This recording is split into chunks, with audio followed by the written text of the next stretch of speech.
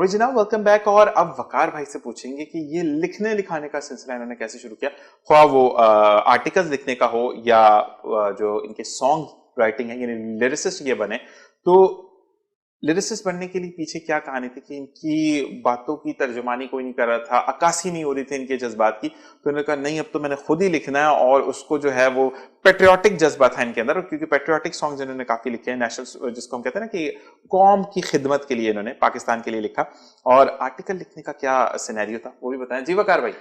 जी, एक लड़की इंसाफ से महरूम थी। सही। तो उनके जब हालात मैंने देखे कि इंसाफ नहीं मिल रहा, तो फिर मैंने आर्टिकल लिखा हवा की बेटियां। सही। और अल्हम्दुलिल्लाह फिर उसके साथ जाकर मैंने उसको इंसाफ भी दिलवाया और आला हुकाम तक उसकी आवाज़ पहुंचाई। माशाल्लाह माशाल्लाह। और कहते हैं कि आपके पास कलम है, आप फील्ड में है, तो आपको जरूर मदद करनी चाहिए, अल्लाह ताला आपकी मदद। गाने लिखने का ये कहाँ से सिलसिला? बस वतन की मोहब्बत। और मैंने जैसे पहले बताया कि मेन बेस जो है वो आर्मी बोर्डिंग स्कूल, और वहाँ पर तरबियत कुछ इसी तरह की थी। सही। मिली नगमे और इस तरीके से जो ना उसी तरफ जो ना हमारा माइंड बना दिया गया। जी बिल्कुल।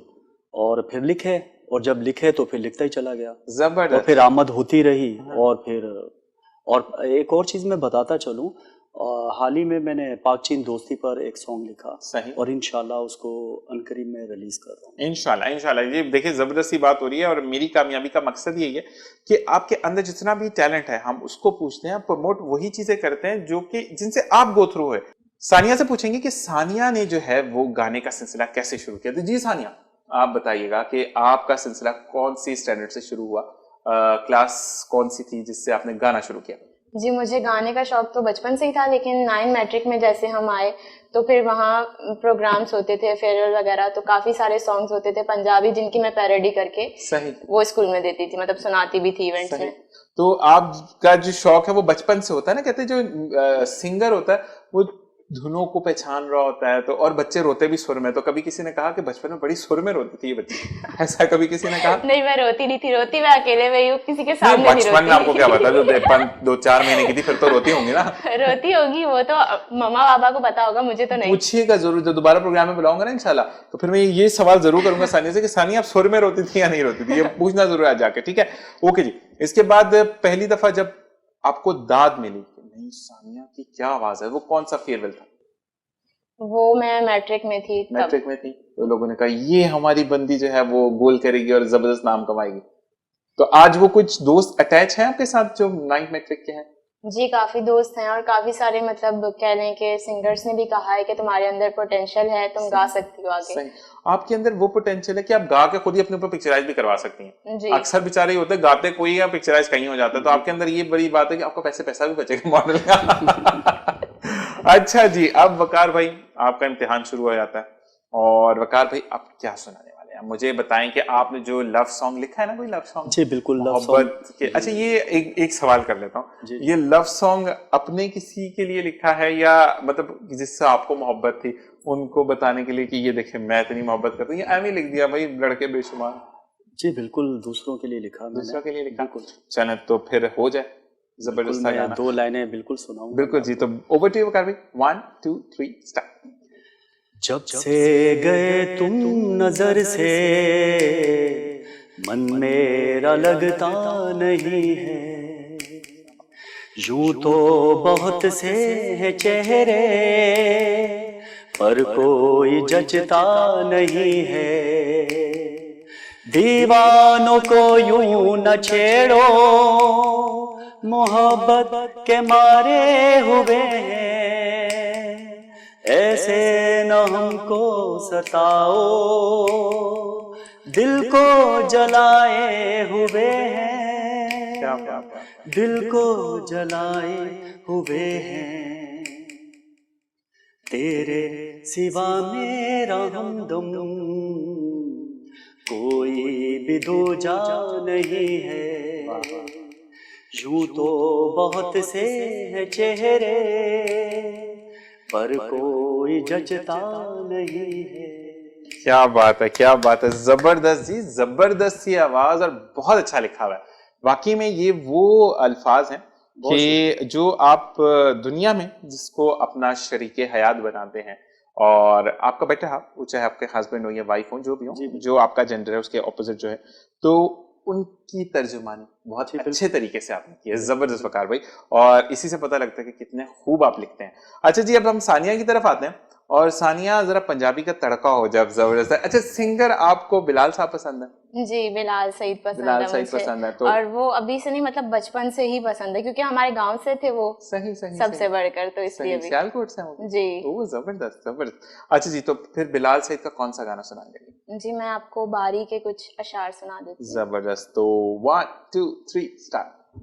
तेनू तकिया होश ही भुल गई, गरम गरम चाहत ते डुल गई, हथ ते डुल गई चा सजना, ऐसी तेरी निगाह सजना, जांदी जांदी दस दी जा तू, दिल दे विच की तेरे, दिल दे विच की तेरे, मैं सुनिया उच्चियां दीवारां रखियां, इस दिल दे चार चवेरे, भावें सांभ के रख ले तू, तेरे दिल च मैं लाने डेरे, वे मेरा पहला भी दिल टुटिया, हाय टुटिया फिर एक बारी, ताई दिल दे दीवारां ते तू एक ना बनाई बारी। क्या बात है, क्या बात है सानिया, जबरदस्त। और वाकई में ग्रेट सिंगर हैं आप भी, माशाल्लाह। अच्छा, अब सवाल ये है सानिया आपसे कि पंजाबी आप गाती हैं पंजाबी, लेकिन एक जॉनरा होता है ना कि मैंने फास्ट गाना है, मैंने स्लो गाना है, मैंने गजल्स को गाना है, या मैंने कवाली गानी है, तो आपका क्या, आपको फील बेहतर आता है कि मैं इसमें जी परफेक्ट हूँ? जी, मैं मतलब काफी बीच में मैंने छोड़ दिया था, जब सही। मॉडलिंग की तरफ आई, तो अभी फिर से मैं सिंगिंग की तरफ आई। मुझे अदनान धूल की वॉइस, मतलब मैं कहती थी कि उन जैसा मैं गाऊं, और मैं गा भी लेती हूँ उनके सॉन्ग काफी सही, अच्छे। सही। बिलाल के सॉन्ग्स इस लिहाज से गाती हूँ कि वो पसंद भी है। सही। मैं ये नहीं कहती कि बिलाल मुझे सिंगिंग के हवाले से बहुत ज्यादा पसंद है, सही। सिंगिंग के हवाले से मुझे जो है वो मतलब अदनान धूल की वॉइस ज्यादा पसंद है। सही सही सही।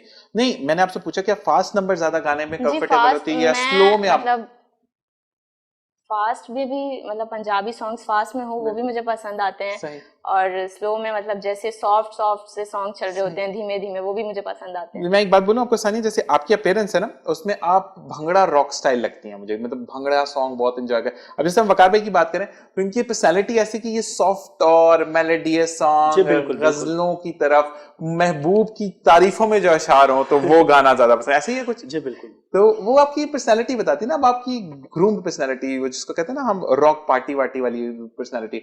आप वैसे भी एज में भी छोटी हो, लेकिन एक आपकी अपीयरेंस ऐसी है। अब वकार भाई को हम बोलेंगे तो वकार भाई गा लेंगे, नो डाउट वर्सेटाइल बंदे हैं, वो गा सकते हैं, लेकिन उनकी पर्सनालिटी को देखकर जो हर कोई जज करेगा तो वो सॉफ्ट नंबर्स पर जाएंगे। जैसे कि मेहदी हसन खान साहब की हम बात करें तो गजल के शहंशाह कहलाते थे, जी, ठीक है? बिल्कुल, बिल्कुल। तो उनकी आवाज में जो एक सॉफ्टनेस थी, जो एक प्यार था, जैसे कि अभी इन्होंने अपना ही लिखा हुआ गाया, लेकिन उसके अंदर जो खलूस आ रहा था, तो वो इनकी पर्सनालिटी को सूट करता है। ठीक है जी, अब मुझे ये बताओ कि जिंदगी में जितनी भी गुजारी, उससे क्या सीखा सानिया ने? जी, सबक तो काफी मिले हैं, मतलब सबसे बढ़ के सबक ये मिला है कि मैं ना काफी जल्दी ना लोगों पर ट्रस्ट कर लेती हूँ। बुरी बात है।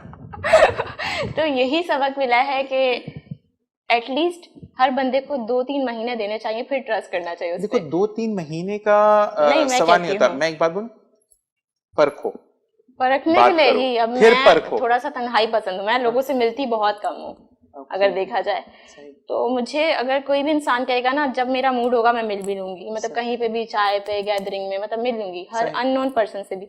मतलब मुझे ट्रस्ट मैं लोगों की बातों में आ जाती हूँ, उस सेंस में कि मैं कहती हूँ मैं अच्छी हूं ना तो दूसरा भी अच्छा है, सही इसलिए। सही से। लेकिन एक बात भी होती है कि आप जब किसी से मिल रहे हो और आपका अपना मूड अच्छा है, या आप अच्छे अखलाक के हो, या अच्छी तबीयत के हो, तो अगला अगर थोड़ा सा नेगेटिव भी होगा तो वो डर जाएगा, ठीक है? लेकिन अक्सर ये होता है कि बैड लक हो जाती है कि अगला आपको जिच कर जाता है या रिच कर जाता है, तो वो थोड़ा सा प्रॉब्लम आ जाता है, और फिर कहते हैं कि दुनिया गोल है, जी। आज आपके साथ है कल उनके साथ भी हो जाएगा, तो ये तो जिंदगी का सिलसिला है। हाँ जी, अगर मैं वकार भाई से पूछूं तो वकार भाई, क्या सीखा जिंदगी से? बिल्कुल, बहुत कुछ सीखा, और जो मेरी फ़ील्ड है उस हिसाब से मुझे तरह-तरह के लोग मिले, और बहुत कुछ खोया और बहुत कुछ पाया। सही। और बाकी जो लाइफ है जितनी रह गई, मैं तो ये कहूँगा कि उसमें अच्छे लोगों को खोना नहीं चाहिए। सही बात। और अगर कोई नाराज हो गया अपना अच्छा कोई दोस्त या चाहने वाला, तो उसको मना लेना चाहिए फौरी, क्योंकि लाइफ का भरोसा नहीं है। नहीं, लाइफ का भरोसा भी, और दूसरी बात यह है कि कहीं देर ना हो जाए। एक नहीं, अल्फाज बिल्कुल मुझे बड़ा बिल्कुल अच्छा ऐसा लगा ही है कि ऐसा कहीं ही। देर ना हो जाए, और वाकई में कि आप जिस वक्त तक फैसला करें, या तो वो आपकी जिंदगी में रहे या उसकी जिंदगी में आपसे बहुत बेहतर कोई आ जाए, तो जी, उसकी बिल्कुल। जिंदगी में आपके लिए जगह। अच्छा, हमारे यहाँ पे एक कंसेप्ट ही होता है, वो आपसे दूर, वो ऊपर ही भेज देते हैं सबको, ये नहीं सोचते कि वो जी, दूर, बिल्कुल। शहर से दूर चला जाएगा, मुल्क से ऊपर ही जाना सबने। और जब अच्छी सोच रखता है और अल्लाह पाक अच्छे लोगों से मिलवाता है, चांस मिलते हैं। बिल्कुल अब देखे ना, जैसे आदमी फ्रूट लेकर आता है, अंगूर लेकर आता है, उसमें से अच्छे अच्छे चुन लेता है और खराब जो होते हैं उनको अलग कर लेता है, आप ठीक तो है। जूस बना लेते हैं। तो नहीं, बिल्कुल ऐसा ही इंसानों पे मैं वो यूज करूंगा वर्ड, कि अच्छे लोगों को अपने करीब ले आए और बुरे लोगों को अपने से दूर कर दे। अच्छा, मैं एक बात यहाँ पे कहना चाहूंगा वकार भाई, कि जो बुरा है ना आदत, तो वो फितरतन बुरा है, जी बिल्कुल। फिर तो मसला है। लेकिन वो आदतन बुरा है तो आदत चेंज हो जाती है, फितरत चेंज नहीं होती है। तो कहते हैं ना कि अपना हुस्न अखलाक और अपनी प्यार मोहब्बत से आप किसी की पर्सनैलिटी भी ग्रूम और चेंज कर सकते हैं। जी बिल्कुल ऐसा ठीक है भी जी। है, बिल्कुल ऐसा तो यही वाली बातें हैं, और वक्त खत्म हो जाता है वकार भाई प्रोग्राम का, और बाकी में पता नहीं लगा टाइम जी, कैसे गुजर बिल्कुल। गया। और आपका बहुत बहुत शुक्रिया कि आप शुक्रिया। प्रोग्राम में तशरीफ लाए, और इंशाल्लाह आपको दोबारा जरूर बुलाएंगे, और आपको आना भी पड़ेगा। जी बिल्कुल आएंगे। ओके, अपना ख्याल रखिएगा, अल्लाह हाफिज। सिगर सानिया, आपका भी बहुत बहुत शुक्रिया कि आप इतनी अच्छी आवाज की मालिका हैं, इतनी खूबसूरत आपकी पर्सनैलिटी, अल्लाह ताला आपको बहुत कामयाब रखे। इंशाल्लाह आपसे भी फिर मुलाकात होगी, अपना ख्याल रखिएगा, अल्लाह हाफिज। ओके जी, मैं भी चाहूंगा इस दुआ के साथ इजाजत, सिर्फ एक बात, कि अगर किसी की पर्सनैलिटी में कोई फ्लॉ आपको फील होता है, तो उस फ्लॉ को फिल करिए, यानी उसकी इस्लाह करिए, ना कि उसकी मार्केट में जाकर आप गॉसिप्स करें। क्योंकि अगर आप किसी की पर्सनालिटी या मोरल को डाउन करते हैं, तो अल्लाह ताला आपकी तरक्की में कुछ ऐसी चीजें हाइल कर देता है, फिर आप सोचने पे मजबूर हो जाते हैं कि मेरे साथ ही क्यों। तो उस क्वेश्चन मार्क को कभी अकेले में बैठ के सोचिएगा, तो आपको जिंदगी का मकसद समझ आ जाएगा कि दूसरों की मदद करना, अल्लाह ताला आपकी मदद करता है। मुझे, मेरी टीम को, मेरी फैमिली को अपनी दुआ में याद रखेगा। अल्लाह निगहबान।